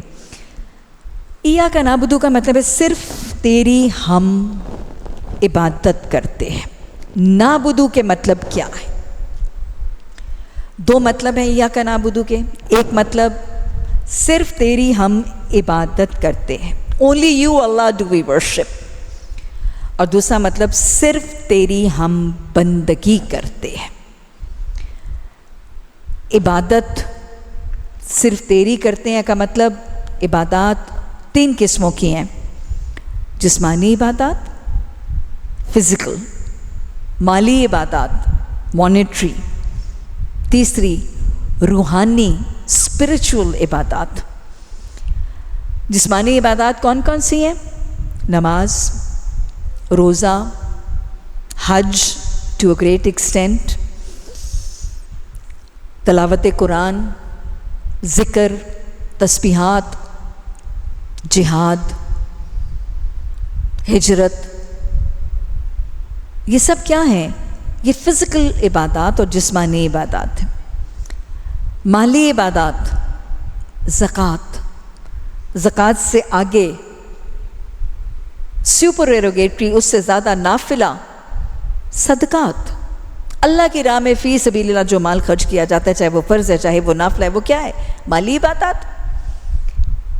حج کے اندر بھی ایک مالی عبادت کا کمپوننٹ ہے، حجی عازمین عمرہ، عازمین حج مالی طور پر خرچ کرتے ہیں، سو حج جسمانی مالی دونوں عبادات کا مرکب ہے، تو یہ سب مالی عبادات ہیں۔ پھر روحانی عبادات، اسپرچول عبادات، ذکر، شکر، صبر، توکل، ریلائنس آن اللہ، قناعت، یہ سب کیا ہے؟ یہ سب روحانی عبادات ہیں۔ تو ایاک نعبد جب ہم کہہ رہے ہوتے ہیں تو ایکچولی ہم اللہ سے ایک وعدہ کر رہے ہوتے ہیں، ایک معاہدہ کر رہے ہوتے ہیں، ایک امپیکٹ کر رہے ہوتے ہیں کہ اللہ اب یہ کہہ دینے کے بعد ہماری مراسم عبودیت، ہماری عبادات ایک تو صرف تیری ہوں گی، تیرے علاوہ کسی غیر اللہ کی، سورج کی، چاند کی، ستاروں کی، بتوں کی، دیویوں کی، نبیوں کی، غیر اللہ کی کسی کی عبادت نہیں کریں، صرف ہم اللہ تیری عبادت کریں۔ ہماری جسمانی، روحانی عبادات، مالی عبادات صرف تیری ہوں گی، اور دوسری صرف تیرے لیے ہوں گی۔ ہم دنیا میں اپنی شہرت کے لیے، اپنی ناموری کے لیے، اپنی نیکی کے چرچے اور ڈنکے بجانے کے لیے، یا کچھ دنیاوی مفادات حاصل کرنے کے لیے ہم یہ عبادات نہیں کریں گے۔ عبادت صرف تیری کریں گے اور تیرے لیے کریں گے۔ وہ جو سورہ انعام میں آتا ہے نا، قُلْ إِنَّ صَلَاتِي وَنُسُكِي وَمَحْيَايَ وَمَمَاتِي لِلَّهِ رَبِّ الْعَالَمِينَ، یہ عبادت ہے۔ اور دوسرا مطلب ایاک نعبد، عبد کہتے ہیں بندے کو، غلام جو سلیو ہوتا ہے نا مالک کا، اس کو عبد کہتے ہیں۔ اور غلام اور سلیو اپنے آقا یا مالک کا کیا کام کرتا ہے؟ اس کی اطاعت کرتا ہے۔ جو غلام ہے وہ اپنے آقا یا سلیو اپنے ماسٹر کی اوبیڈینس کرتا ہے، اطاعت کرتا ہے، اس کی بات مانتا ہے، اس کے حکم مانتا ہے، اور صرف ایک دو نہیں، سارے مانتا ہے، اور صرف اسی کے مانتا ہے، کسی اور کے نہیں مانتا۔ تو یہ ہے ایاک نعبد۔ اللہ بندگی صرف تیری کریں گے، آقا مالک صرف تجھے مانیں گے، اور اطاعت اور اوبیڈینس صرف تیری کریں گے۔ یہ ہے ایاک نعبد کا دوسرا مطلب، وہی مطلب جو لا الہ الا اللہ کا بھی ہے۔ اللہ صرف معبود تو ہے، بندگی صرف تیری کریں گے۔ وہاں پہ لا کے الفاظ ہیں، یہاں پہ ایاک نعبد کے الفاظ ہیں، مطلب دونوں کا بیسکلی ایک ہے کہ ہماری اوبیڈینس، ہماری بندگی، ہماری اطاعت صرف تیری ہوگی۔ یہ قول و قرار ہے، یہ وعدہ ہے جو ہم نماز کی حالت میں اللہ سبحانہ تعالیٰ سے کر رہے ہوتے ہیں کہ اللہ اگر ہمارا نفس، ہمارا گھرانہ، ہماری برادری، ہمارا معاشرہ، ہماری قوم کے قوانین، اگر یہ ہمیں وہ چیزیں کہیں اور وہ ڈکٹیشنز دیں جو تیرے احکامات کے مطابق ہیں، تو پھر سر آنکھوں پہ پھر ہم ان کو مانیں گے۔ لیکن اگر ان میں سے کوئی ایک، ہمارا نفس، ہمارا گھرانہ، ہماری برادری، ہمارا معاشرہ، ہمارے ملک و ملت کے قوانین، اگر ان میں سے کوئی ایک چیز تیرے احکامات کے ساتھ کلیش کرے گی، تیرے آرڈرز، تیرے ڈوز اور ڈونٹس کے ساتھ کلیش کرے گی، تو پھر ہم ایاک نعبد کا وعدہ کر چکے ہیں، پھر ہم لا الہ الا اللہ کا وعدہ کر چکے ہیں، پھر اطاعت صرف تیری ہوگی، نہ معاشرے کی ہوگی، نہ برادری کی ہوگی، نہ اپنے نفس کی ہوگی۔ یہ ہے ایاک نعبد۔ ایاک نستعین، تو رب ہے، تو رازق ہے، تو پالنہار ہے، تو مالک ہے، تو حاکم الحاکمین ہے۔ مدد مانگیں گے جھولی پھیلائیں گے، لہو دعوت الحق، صرف تجھی سے مدد مانگیں گے۔ یہ دو کیا ہیں؟ یہ بہت بڑے وعدے ہیں اللہ سے۔ And little do we realize, actually little do we realize کہ جب ہم نماز میں کھڑے ہوتے، یہ وعدے ہم کس حالت میں کرتے ہیں؟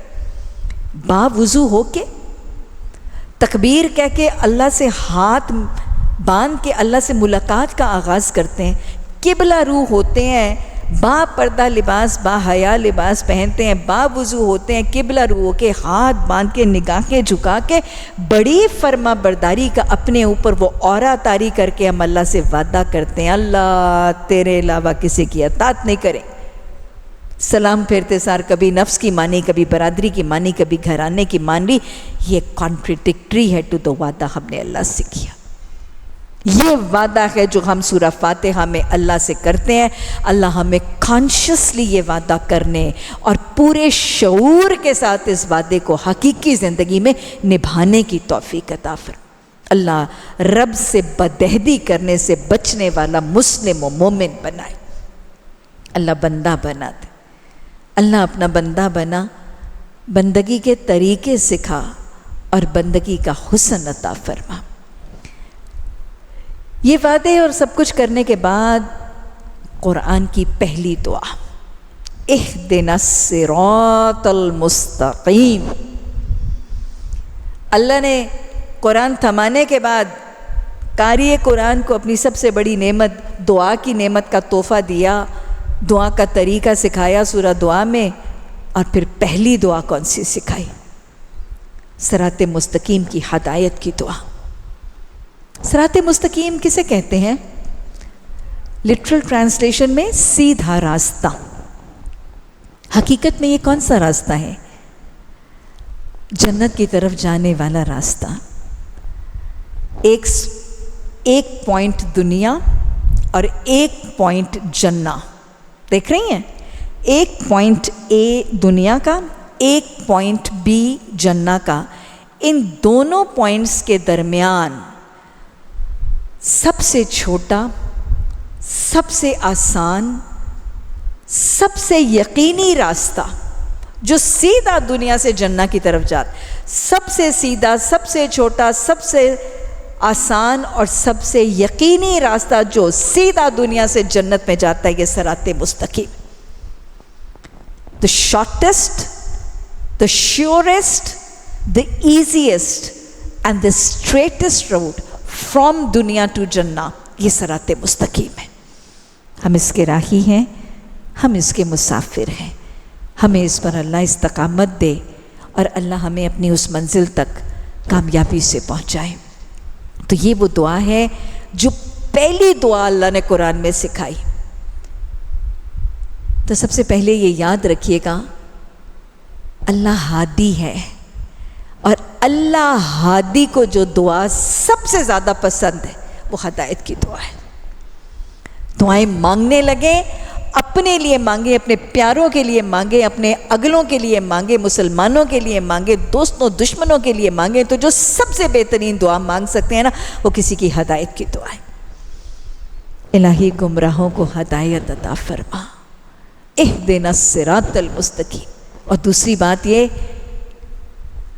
کہ یہ دعا صرف اللہ کی پسندیدہ دعا نہیں ہے، یہ صرف قرآن کی پہلی دعا نہیں ہے، یہ دعا رب قبول ضرور کرتا ہے۔ جو پہلی دعا اس نے قرآن نے سکھائی ہے نا، جو اس کی سب سے محبوب دعا ہے نا، وہ جب کوئی جھولی پھیلاتا ہے نا تو وہ دعا قبول ضرور کرتا ہے۔ وہ ہادی ہے، ہم اس کی صفت کو پہچان کے اس کو ہادی کا واسطہ دے کر اس کے الفاظ میں مانگیں گے، اپنے لیے مانگیں گے، کسی کے لیے مانگیں گے، تو وہ دعا رد نہیں کرتا اور نہیں کرے گا۔ ابھی آپ دیکھیں گے کہ وہ کیسے قبول کرتا ہے انشاءاللہ۔ اگلے لیسن میں ہم دیکھیں گے کہ یہ دعا کیسے قبول ہوتی ہے۔ اور پھر ایک اور بات اس آیت سے سمجھ میں آ رہی ہے، اللہ نے اہدینی نہیں کہا، کیا کہا؟ اہدینا۔ پہلی دعا میں دعا مانگنے کا سلیقہ سکھایا جا رہا ہے، دعا کو جمع کے صیغے میں مانگنا۔ دعا کرو تو صرف اپنے لیے نہ کرنا، اپنی دعا میں اجتماعیت میں سب کو شامل رکھنا۔ ہمیشہ دعا اجتماعیت کی شکل میں کر، رب اغفر لی نہیں، اللہم اغفر لی نہیں، اللہم اغفر لنا وارحمنا،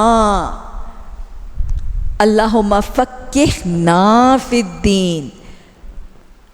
تو لہٰذا دعا میں جمع کا صیغہ رکھیں، اللہم اغفر لنا وللمؤمنین والمؤمنات والمسلمین والمسلمات۔ اجتماعیت کی دعا، اجتماعیت کی دعا کا ہمیں بھی یہ فائدہ ہوتا ہے کہ جب اس دعا سے ایک اجتماعی ماحول بنتا ہے نا، تو پھر ہمارے لیے بھی وہ کام آسان ہو جاتا ہے۔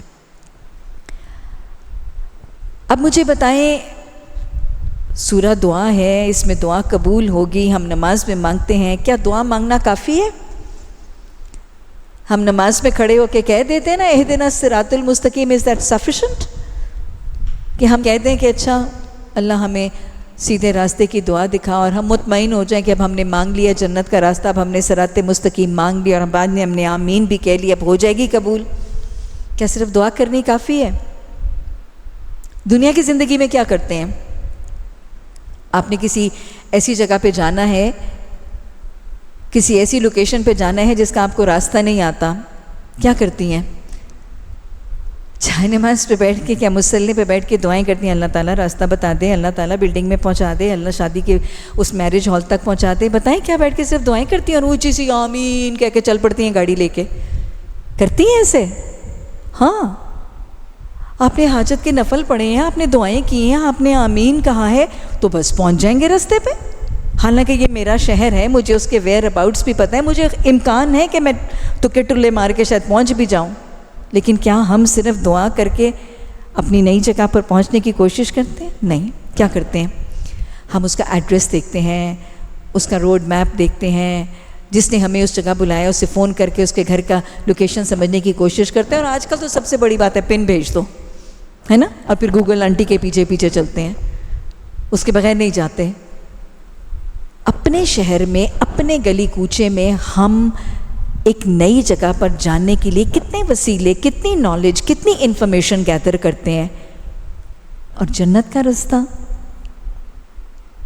اس کے لیے ہم یہ سمجھیں کہ ہم صرف اہدنا الصراط المستقیم کی دعا کریں گے اور اس راستے پر چل بھی پڑیں گے اور اس منزل پہ پہنچ بھی جائیں گے؟ کیا خیال ہے؟ خام خیالی نہیں ہے؟ یہ دعا مانگیں، ضرور مانگیں، لیکن جنت کا راستہ، اس راستے کی علامتیں، اس منزل کی پہچان جو قرآن میں ملتی ہے، اس کو جانیں، اس کو پہچاننے۔ قرآن میں جو پن کوڈ بتایا گیا ہے جنہ کا، اس کو فالو کیے بغیر جنہ میں پہنچنا ممکن نہیں ہے۔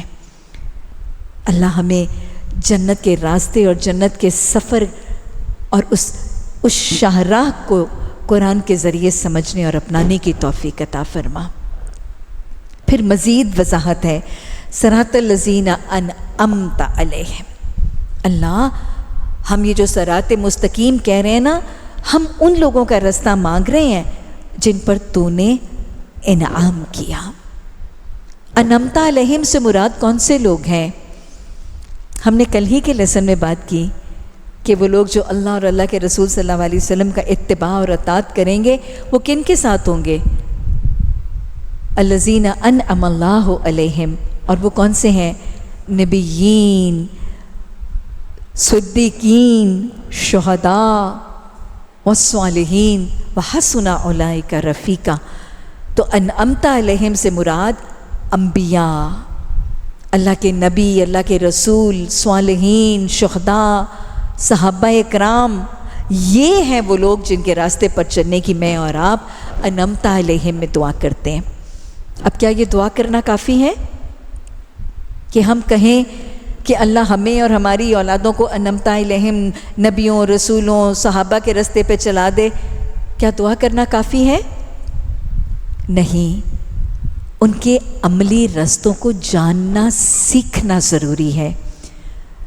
نبیوں کے زندگی کے نمونے، اسوہ رسول صلی اللہ علیہ وسلم کے نمونے، صحابہ، وہ جو روشنی کے مینار تھے، صحابیات، وہ جو روشنی کی قندیلیں تھیں، ان کی زندگی کے حالات کہ وہ کیا کھاتے تھے، کیا پیتے تھے، ان کی خوشیاں کیسے تھیں، غم کیسے تھے، ان کے فکروں کے پیمانے کیا تھے، ان کی محبتوں کے پیمانے، ان کے لباس، ان کے کاروبار، ان کی شادیاں، بیاہ، ان کی زندگیوں کا نام سمجھنا ضروری ہے اگر ان کے راستے پر چلنا چاہتے ہیں تو۔ صرف انعمت علیہم کی دعا مانگنے سے ان کے راستے پہ نہیں چلیں گے۔ قصص الانبیاء کو سیکھنا اور جاننا، نبیوں کی سنتوں کو اور اسوہ کے نمونوں کو سمجھنا، صحابہ کے نمونوں کو سمجھنا، ان کے قصے کہانیاں سمجھنا۔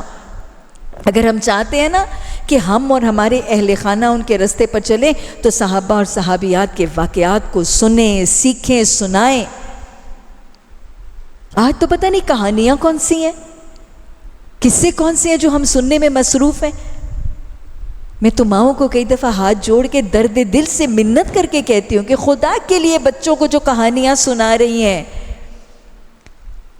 وہ پرستان کی کہانیاں، وہ فیری ٹیلز، وہ پرستان کے شہزادے گلفام کی سٹوریز جو بیٹیوں کو مائیں سناتی ہیں، وہ سنڈریلا کی کہانی، وہ سنو وائٹ کی کہانیاں، خدا کے لیے وہ سنانا چھوڑ دیجئے۔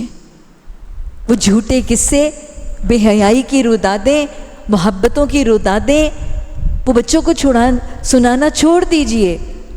میں آپ کو بتاؤں یہ چیزیں ہماری اولادوں کے اوپر کیا تاثرات پیدا کرتی ہیں۔ وہ ماں اس بچی کو پرستان کی رودادیں سناتی ہے، اس کو شہزادے گلفام کا تعارف کرواتی ہے۔ ایک شہزادہ گلفام آئے گا اور تجھے سیب کھلائے گا اور تجھے بیاہ کے پرستان میں لے جائے گا۔ ہاں، خوابوں کی دنیا وہ ماں ہی تو دکھاتی ہے۔ پھر وہ ساری زندگی وہ بچی اس شہزادے گلفام کا انتظار کرتی ہے، اور پھر یونیورسٹی میں جا کے وہ شہزادہ گلفام ڈھونڈ لیتی ہے، اور پھر وہ جس دن وہ گلفام اپنے گھر اپنے ماں سے تعارف کے لیے لاتی ہے تو پھر ماں اپنے بال نوچتی ہے۔ ارے تیرا سکھایا ہوا رستہ تھا، تو خدا کے لیے اپنے بچوں کو ان جھوٹی طلسماتی بے حیائی کی روداتیں سنانا چھوڑ دیجیے۔ روداتیں سنانی ہیں تو کیا ہمارے پاس خدیجۃ الکبریٰ کے نمونے، عائشہ صدیقہ کے روداتیں، حضرت حفصہ کے قصے، اور جو صحابہ اور صحابیات کی روداتیں انشاءاللہ میں اور آپ مل کے پڑھیں گے، کیا وہ قصے ہمارے لیے کافی نہیں ہیں؟ یہ روداتیں ہیں جو سنانی اپنے چھوٹے بہن بھائیوں کو اور اپنے بچوں کو۔ اور سنائے گا کون؟ جو خود سنے گا تو سنائے گا نا۔ تو آئیں ان قصوں سے جڑیں، آئیں ان واقعات سے جڑیں۔ اللہ ہمیں جڑنے اور جوڑنے کی توفیق عطا فرمائے۔ غیر المغضوب علیہم ولا الضالین، اور اللہ ہمیں مغضوب کے راستے پہ بھی نہ چلانا اور ہمیں ضالین کے راستے پر بھی نہ چلانا۔ مغضوب سے مراد وہ جن پر غضب ہوا، اور مفسرین بتاتے ہیں آیات کا حوالہ دے کر کہ مغضوب سے مراد حضرت موسیٰ علیہ السلام کے پیروکار تورات کے حامل یہود ہیں۔ سورہ بقرہ میں بھی اور اس کے علاوہ بھی اللہ نے قرآن میں ان پر غضب کا تذکرہ کیا۔ وَبَاءُوا بِغَضَبٍ مِّنَ اللَّهِ، وہ اللہ کے غضب کے مستحق ہو گئے۔ تو مغضوب سے مراد یہود ہیں، اور ضالین سے مراد عیسائی ہیں۔ حضرت عیسیٰ علیہ السلام کے پیروکار، انجیل کے حامل عیسائی، ضالین اس سے مراد ہے۔ اللہ نے ان کو انجیل دی، حضرت عیسیٰ علیہ السلام کے ذریعے رہنمائی دی، لیکن وہ راستہ کھو بیٹھے، وہ بھٹک گئے۔ تو مغضوب یہود ہیں اور ضالین سے مراد عیسائی ہیں۔ میں پھر رک کر ایک سوال کروں گی، کیا سورہ فاتحہ میں غیر المغضوب علیہم ولا الضالین یہ کہہ کر دعا کر لینا ہمارے لیے کافی؟ کہ ہم یہ سمجھیں کہ ہم نے دعا کر لی ہے کہ اللہ ہمیں یہودیوں اور ہمیں عیسائیوں کے راستے سے بچا لے؟ Is this sufficient؟ نہیں۔ ان کے رویوں کو جاننا، ان کے اعمال کو سمجھنا، ان کی کمیوں کوتاہیوں کو پہچاننا، ان کی سرکشیوں، ان کی نافرمانیاں، ان کے حدود، ان کے حرام، ان چیزوں کو سمجھنا، اور پھر اس سے ایبسٹیننس اینڈ اسٹیئنگ اوے ضروری۔ ہمارے معاشرے کا حال کیا ہے؟ ادھر باجماعت نماز، ادھر حرم میں نماز، ادھر مسجد میں نماز، امام بھی مقتدی بھی اونچی آواز میں غیر المغضوب علیہم ولا الضالین، اونچی سی آمین، اور سلام پھیرنے کے بعد انہی کے لباس، انہی کا کھانا، انہی کا پینا، انہی کی جینے، انہی کا ہائے ہیلو بائے، انہی کی ہیلوین، انہی کا نیو ایئر، انہی کی ہولیاں، انہی کی رنگولیاں، انہی کے برائیڈل شاور۔ نہیں، ایسے نہیں ہوگا۔ ان کے طریقوں سے بھی بچنا ہے۔ نماز میں مغضوب اور ضالین کے راستے سے بچنے کو کہتے، ادھر اپنی وتر کی نماز میں دوسری رکعت میں سورہ کافرون میں لکم دینکم ولی دین، او یہودی او عیسائی او کافر، تمہارے لیے تمہارا دین، ہمارے لیے ہمارا موڈ آف لائف۔ لیکن پھر وہی ساری رسومات، وہی ساری تہوار، یہ طریقہ نہیں ہے۔ عملی طور پر ان کے طریقوں کو جاننا ہے اور عملی طور پر ان کے طریقوں سے اجتناب اور پرہیز کی کوشش کریں۔ اینڈ میں سورہ فاتحہ کے آمین پکاری جاتی، اور حدیث کے الفاظ میں وعدہ موجود ہے، صحیح حدیث کے الفاظ ہیں کہ جس کی سورہ فاتحہ کے بعد، جس نے اپنی سورہ فاتحہ کے بعد آمین پکاری اور اس کی آمین فرشتوں کی آمین کی موافق ہو، سنکرنائز کر گئی، تو اس کے سابقہ گناہ بخش دیے جائیں گے۔ بہت بڑا وعدہ ہے۔ ہمارے معاشرے میں اختلاف ضرور ہے، آمین اونچی آواز میں کہنا اور آمین نیچی آواز میں کہنا۔ آمین بالجہر کہنے والے انسسٹ کرتے ہیں کہ یہی درست ہے، اور آمین اونچی آواز میں نہ کہنے والے انسسٹ کرتے ہیں کہ انہوں نے نیچی آواز والوں کی گردنیں دبا کے ان کی آواز بھی نیچی کرنی. ارے کیا کرتے ہیں, کہاں جا رہے ہیں؟ اونچی آواز اور نیچی آمین, اس پر فرقے بنا لیے, دھڑے بنا لیے, گروہ بنا لیے, امت مسلمہ کی گردنیں کاٹنے لگے, ایک دوسرے سے دشمنی اور عداوتیں. ارے اللہ کے بندو, کسی نیچی آمین والی کی آمین اونچی کرنے اور کسی اونچی کی نیچی کرنے پر اپنی کوششیں لگانے اور اپنی بحثوں میں وقت ضائع کرنے کی بجائے یہ دیکھو معاشرے میں کتنی جبینیں ایسی ہیں جو اللہ کے حضور جھکی ہی نہیں ابھی. اپنا وقت, اپنی صلاحیتیں ان خرافات میں لگانے کی بجائے اپنی دعوت اور تبلیغ میں مثبت طریقوں میں اپنی صلاحیتیں لگا. اللہ ہمیں فرقہ واریت کے شعلوں کو بجھانے اور نفرتوں کی اس آگ کو مٹانے میں اپنا کردار ادا کرنے کی توفیق عطا. یہ چھوٹے چھوٹے فروعی مسائل, یہ چھوٹے چھوٹے فروعی مسائل, کوئی ہاتھ اوپر باندھ رہا ہے, کوئی نیچے باندھ رہا ہے, کوئی آمین اونچی کہہ رہا ہے, کوئی آمین نیچی کہہ رہا ہے, کوئی رفع یدین کر رہا ہے, کوئی نہیں یار. اور پھر اس کے بعد گروہ بنا دیے, یہ رفع یدین والے ہیں, یہ نہ والے ہیں. ارے یہ کیا ہے؟ ہم سب اللہ والے ہیں, ہم نحن لہو مسلمون ہیں, ہم ایاک نعبد کا وعدہ کرنے والے ہیں. اللہ ہمیں اتحاد امت مسلمہ کا تصور سمجھنے اور سب کو ایک رسی میں پرونے میں اپنا کردار ادا کرنے کی توفیق عطا فرمائے. سورہ فاتحہ کی فضیلت کے حوالے سے مسلم کی وہ حدیث, اس کو اختتام پر مکمل کر لیجئے. مسلم کی حدیث کے الفاظ ہیں کہ حدیث قدسی ہے. رسول اللہ صلی اللہ علیہ وسلم نے فرمایا کہ اللہ سبحانہ و تعالی فرماتے ہیں کہ میں نے سورہ فاتحہ کو, میں نے نماز کو اپنے اور اپنے بندے کے درمیان تقسیم کر دیا ہے. حدیث کی شرح بیان کرنے والے فرماتے ہیں کہ یہاں پر نماز سے مراد سورہ صلاح, سورہ فاتحہ ہے. اللہ فرماتا ہے کہ میں نے نماز کو اپنے اور اپنے بندے کے درمیان تقسیم کر دیا ہے, آدھی میرے لیے اور آدھی میرے بندے کے لیے.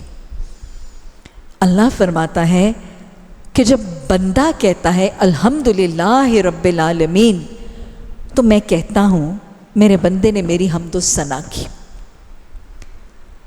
جب بندہ کہتا ہے الرحمن الرحیم, تو اللہ فرماتا ہے میرے بندے نے میری بزرگی, پاکی, بڑائی, شان بیان. الرحمن الرحیم مالک یوم الدین, تو اللہ کہتے ہیں میرے بندے نے میری پاکی, بزرگی, بڑائی, شان بیان. اور جب بندہ کہتا ہے ایاک نعبد و ایاک نستعین, تو اللہ فرماتا ہے یہ میرے اور میرے بندے کے درمیان ہے. Like this is something mutual between me and my bondsman. اور اس کے بعد حدیث میں الفاظ ہیں ایاک نعبد و ایاک نستعین کے بعد جب اللہ کہتا ہے یہ میرے اور میرے بندے کے درمیان ہے, تو اللہ اگلے الفاظ کہنے سے پہلے کہہ دیتا ہے, اعلان فرما دیتا ہے کہ اس کے بعد میرے بندے کے لیے وہ ہے جو مجھ سے مانگے گا, اس کے بعد میرے بندے کے لیے وہ ہے جو وہ مجھ سے مانگے گا. یعنی میرے اور آپ کے اہدنا الصراط المستقیم کہنے اور اٹر کرنے سے پہلے اللہ اس دعا کی قبولیت کا اعلان کر چکا ہوتا ہے.